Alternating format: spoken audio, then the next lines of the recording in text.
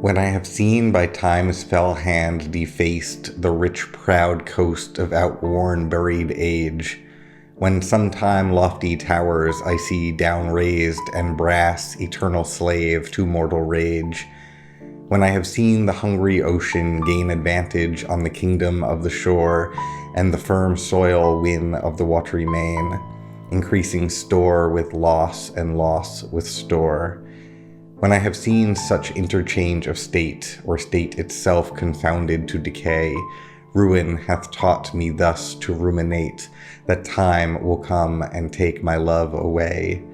This thought is as a death which cannot choose but weep to have that which it fears to lose.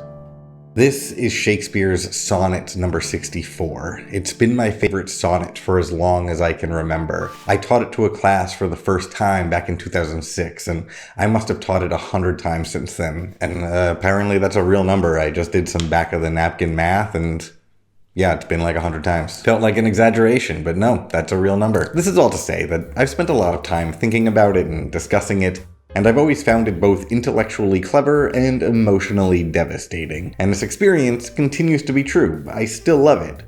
But recently, I've come to understand that perhaps I've misunderstood this poem for my whole life, or at least I was missing something really big, and I might even love it more now. So today, I'm gonna do a deep dive into this poem and hopefully take you on that journey with me. And if this sounds like it's your kind of thing, please consider subscribing to my Shakespeare channel, Shakespeare Play-by-Play. I'll put a link to that channel in the description and you can click the card. I do deep dives on individual Shakespeare plays on that channel, or if engaging with art and poetry is more your thing, then feel free to subscribe to this channel. With that out of the way, let's dig into Sonnet 64.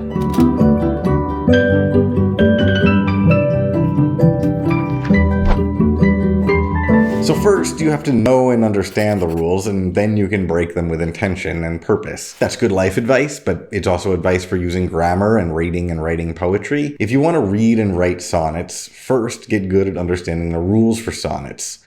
Shakespeare knew the rules, so when he breaks them, he's breaking them intentionally and meaningfully. So to start our deep dive into this poem, we're gonna have to start with some background into the sonnet form. To say it another way, if we aspire to find some wisdom in this poem, the first thing we need to do is learn the rules of the game that Shakespeare plays. The art of the sonnet dates back to at least the 13th century in Sicily, and then it quickly migrated to mainland Italy and found its first great practitioners in two dudes from Florence, Dante and Petrarch.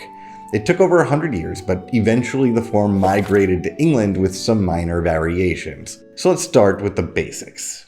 A sonnet has 14 lines. Generally, these 14 lines are broken up into two groups, an opening group of 8 lines and a closing group of 6 lines. If we want to be fancy people, we could call the group of 8 lines an octave and the group of 6 lines a sestet. With this structure, the poem will usually begin with one theme or idea articulated in those first 8 lines, and then a rhetorical shift introduced in the 9th line will allow the final 6 lines to change the perspective or provide an answer to questions asked in those first 8 lines. It's easier to explain with an example, so let's look at Shakespeare's most famous sonnet, number 18. The first 8 lines here address the opening question, "Shall I compare thee to a summer's day?" These first 8 lines meditate on this question and explore the implications of this question and the comparison embedded within it. They seem to conclude that the comparison is insufficient in a number of ways. Summer days can be too windy, too hot, or too cloudy. So by the time the speaker gets to line 9, that opening question seems useless. The poem needs a new direction. And sure enough, the 9th line begins with the word but, which signals a shift in the argument, an abandonment of this comparison. From line 9 forward, the poem doesn't care about summer days. The final 6 lines argue that the subject of the poem, particularly the beauty of the subject, will be immortal. His eternal summer shall not fade. Sonnet 18 begins by making the argument that the poet's love is better than a summer's day, but then transitions to claim that the poet's love has an everlasting beauty. And then, finally, in the final 2 lines of the poem, the poet concludes by making the argument that poetry, and specifically the sonnet form, can memorialize the subject of the poem who will be remembered forever. So long as men can breathe or eyes can see, so long lives this, and this gives life to thee.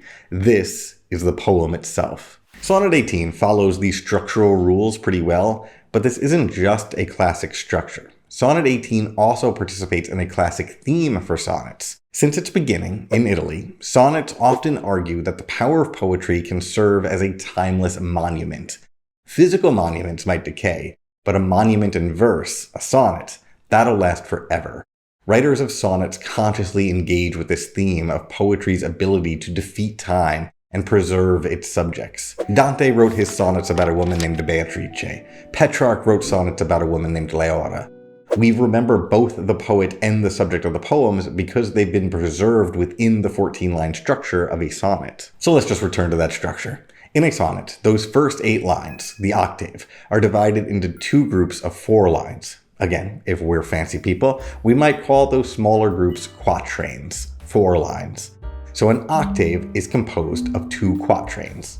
In an Italian-style sonnet, often called a Petrarchan sonnet, both quatrains are connected by just 2 rhymes, an A-B-B-A, A-B-B-A rhyme structure all the way through. It's harder to rhyme in English, so Shakespeare and other English sonneteers often have 4 distinct rhymes in the octave. Instead of the A-B-B-A, A-B-B-A structure, it has an A-B-A-B, C-D-C-D structure. Again, it's easier with an example. So let's quickly look at another famous one. Here's Shakespeare's Sonnet 130. Here we see that the first quatrain rhymes sun and dun, and then red and head, forming an ABA structure. The second quatrain rhymes white with delight, and cheeks with reeks. So the octave has 4 rhymes, A, B, A, B, C, D, C, D. So you can see the 2 sets of 4 that make up the octave. Also, each group of 4 lines, each quatrain, will end with a period or a semicolon often, like a hard stop, as they do here. And so, because in an English sonnet, the first 8 lines don't have the same lyrical cohesion, the first 8 lines aren't all bound together through their rhymes, the transition from the octave to septet becomes less clear. The first 4 lines of the sestet essentially follow the same pattern as the 4 line groups that make up the octave. So that line 9 doesn't carry the same significance, the same weight as it does in an Italian structure. It doesn't have a meaningful shift in the rhyme scheme. In the Italian style, the rhyme and the argument of the sonnet both shift in line 9. But because an English sonnet, like Sonnet 130, has an A, B, A, B, C, D, C, D, E, F, E, F rhyme scheme, the shift can move from the 9th line to the 13th line when the rhyming pattern breaks into a couplet at the end, with 2 lines that have the same rhyme. And if we look at the content of Sonnet 130, we'll notice that it indeed does not have a shift in line 9. The first 12 lines of this poem all have the same general argument. The poet's mistress is more like a human than a goddess, and he's going out of his way to make sure that he doesn't give her false compliments. For 12 lines, he's describing her physical features, and not necessarily in a complimentary way. But then, in the 13th line, when the rhyme scheme changes from alternating rhymes to a couplet, the argument of the poem also changes. In this case, those last 2 lines shift the argument away from the physical appearance of the mistress and towards the love the poet has for her. She may not be a goddess, but he loves her as much as anyone who might use exaggerated language to compliment their partner. The point is, in English sonnets, the poet has the option of placing the rhetorical shift in its traditional spot, line 9, or they can wait until line 13. This one, Sonnet 130, waits for line 13. So, to summarize, the form of the sonnet, whether English or Italian, always has a shift in the argument coupled with a shift in the rhyme scheme. The form has traditionally been used to make arguments about beauty and eternity, and the role of art and poetry to memorialize and preserve beauty. These are the rules of the sonnet. Now, let's watch Shakespeare break those rules by returning to Sonnet 64. In a lot of ways, this is a classic sonnet. It has 14 lines, each with 10 syllables. It follows the typical English sonnet rhyme scheme with 3 quatrains and a couplet at the end, so the structure meets our expectations. Additionally, from the very first line, we are introduced to the classic themes of time, memory, and preservation. When I have seen from time's fell hand defaced the rich proud coast of outworn buried age. It seems like time is destroying the physical world. And can poetry save the day, right? Like, that's what sonnets are about. The poet sees the world crumbling and then decides he's going to save it through the art of his pen. It's clear that Shakespeare knows the rules because this is exactly the structure and the theme that we expect from a sonnet. Moreover, the syntax of this opening line sets us up for a good rhetorical shift later on, just as we would expect from a sonnet. It begins with a when statement, and a when statement like this will need a then statement later on. Like, if anyone begins a sentence with the word when, our brains expect a resolution to that sentence. When I see the ruins of a buried age, then I feel inspired to learn more about them, for example. When I have seen time's fell hand deface the rich proud coast of outworn buried age is a fragment of a sentence. It's not a complete thought. It needs resolution. So the first part of this argument sets up a particular context. A crumbling world. The speaker is viewing a world in decay. As we read these first two lines, we might imagine the speaker looking at some Roman ruins. Time has defaced and buried a proud age, and we're waiting for the speaker to draw a conclusion from this vision. But before we can get resolution to that opening when statement, the speaker gives us another. When sometime lofty towers I see down-ras'd. When the speaker sees once tall buildings that now lie in rubble. Again, no resolution. Another fragment sentence reflecting on the fragmented ruins the poet observes. The syntax matches the contexts. Both are fragmented. And then, again, in line 5, the start of a second quatrain, we get a third fragment, a third when statement. When I have seen the hungry ocean gain advantage on the kingdom of the shore. The speaker sees the ocean around him erode the coastline. And then he also sees the water retreat in other areas as water dries up, exposing the land. The firm soil win of the wat'ry main. He's witnessing a constant state of change where nothing is stable, and no resolution for these when statements happens. By the time we get to line 9 in the sonnet, we should be hungry for a rhetorical shift. We need a resolution to these when statements. Like, we need to know what happens when we see the world changing and decaying like this. What is the speaker's response to this situation? If we're experienced sonnet readers, we are definitely being led to expect a shift in the 9th line to tell us how the poet will give us an immortal poem that cannot decay, that will rebel against the change and give us a stable and enduring work of art. We're expecting something like that line in Sonnet 18, but your eternal summer shall not fade. We expect poetry to come in and save the day. So long lives this, and this gives life to thee. That's what we're here for. The power of the sonnet to unbury that proud age and put that lofty tower back together. That's what poetry should do. But instead, line 9 just gives us another when statement.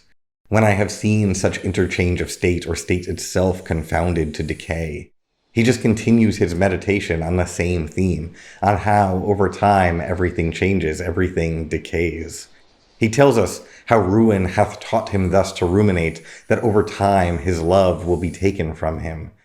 This poem is in dramatic need of the poet savior that appears in literally every other sonnet. Some statement about how poetry can memorialize and preserve the beauty of his love and that won't be taken away. And we didn't get that resolution in line 9, which means it must be coming in line 13. It has to. The rhetorical shift can be delayed until then. That is a feature of the English sonnet, so we've got hope. And so we wait for line 13. We put our faith in it. But then it comes, and it hits like a punch to the stomach. This thought is as a death which cannot choose but weep to have that which it fears to lose. The then statement never comes. The resolution never comes. We get a series of whens. When I see these ruins. When I see fallen towers. When I see erosion. When I see everything changing. Then, nothing. The speaker just seems to give up. The poet cannot find a verbal order to his grammar. His syntax remains a series of fragments, just like the earth around him, and his failure to give his sentences a resolution results in the loss of his love. The poet just lays down his sword, his pen, and reflects on those when statements rather than answers them. He tells us that these thoughts make him cry. He doesn't even try to resolve them. It's just so sad. And if you know the expectations embedded within the sonnet form, it's made even sadder. It hits even harder. And that's the way I've been reading and teaching this poem for like 2 decades at this point. It's a great example of Shakespeare subverting the expectations of his poetic form. Both in terms of structure and theme, this poem is supposed to move in a certain direction, and it resists that direction meaningfully, thoughtfully. It's the most revered English language poet telling us that poetry can't save anything. It's fragmented grammar illustrating a fragmented world that the poet cannot put back together again with his words. It's an example of structure in service to meaning. I love it. But now I'm not so sure I've had it right. I think Shakespeare might have been playing and working at a higher level than I even thought. This is where the argument of my video essay shifts. This is my line 9 moment. The thing is, I was waiting for the poet to introduce the path to eternity or stability or preservation or whatever, and I missed the fact that the poet has been occupying that position the entire time. True, poetry doesn't come in and save the day by making everything immortal, but that's because the entire poem assumes poetry is immortal. The poem's vague grammar with no resolution actually hints that the poet exists outside of time. Like, what could be resolved when somebody or something has always existed and will always exist? There can be no resolution given eternity. The poet, the sonnet implies, has seen towers fall to the ground. He's witnessed water advance on the land, but also the land advance on the water. The poet has seen time's hand deface an entire civilization. To witness all this is to exist outside of time, to exist within eternity. This isn't stuff a human can experience in a lifetime. The speaker of this poem inhabits a god position here. And those devastating final lines, they don't express a fear that the poet's love will leave him. They express a sadness that time will take the love away, implying that the poet will be around in some vague future to feel the sadness of that loss. Everything else decays, but the poet is stable. The poet exists in the past, present, and the future. He was there when that lofty tower was lofty, and he was there when it was down-ras'd. Everything else in the world is tethered only to the present, but the poet lives and experiences the past and future simultaneously. This poem, among other things, is about that relationship between the past, present, and future. The observation of constant change over time causes the poet to have these distressing thoughts. Ruin hath taught the poet to ruminate, that he, and implicitly poetry, will be around when everything else is gone. In that line, the ruin that happened in the past causes the rumination of the future. But implicitly, the rumination also causes ruin. By thinking about this ruin, the poet changes his own mood. He ruins his mood and becomes sad. By thinking about the past and how everything from the past now appears decayed in the present, the poet feels the pain of the future. He experiences the ruin of losing his love before it even happens. The past and the future are collapsed together in the rumination or imagination of the poet. He exists in that eternal space of collapsed time while everything around him will be lost. It's still sad and just so clever. We don't know who Shakespeare wrote this poem about. The person he fears to lose has indeed been lost forever. We know who Shakespeare is, though. His name has outlived all the others, and now he's alone and lonely. This poem, like many other sonnets, positions poetry as miraculously immortal. Just like the others, it just takes a different position on that miracle. It's not triumphantly immortal. The poet stands alone in time as everything else around him decays. This thought is as a death, which cannot choose but weep to have that which it fears to lose. Subscribe to Shakespeare Play-by-Play for more deep dives into Shakespeare, and subscribe here to A More Scandi for more meditations on art generally. Thank you for watching.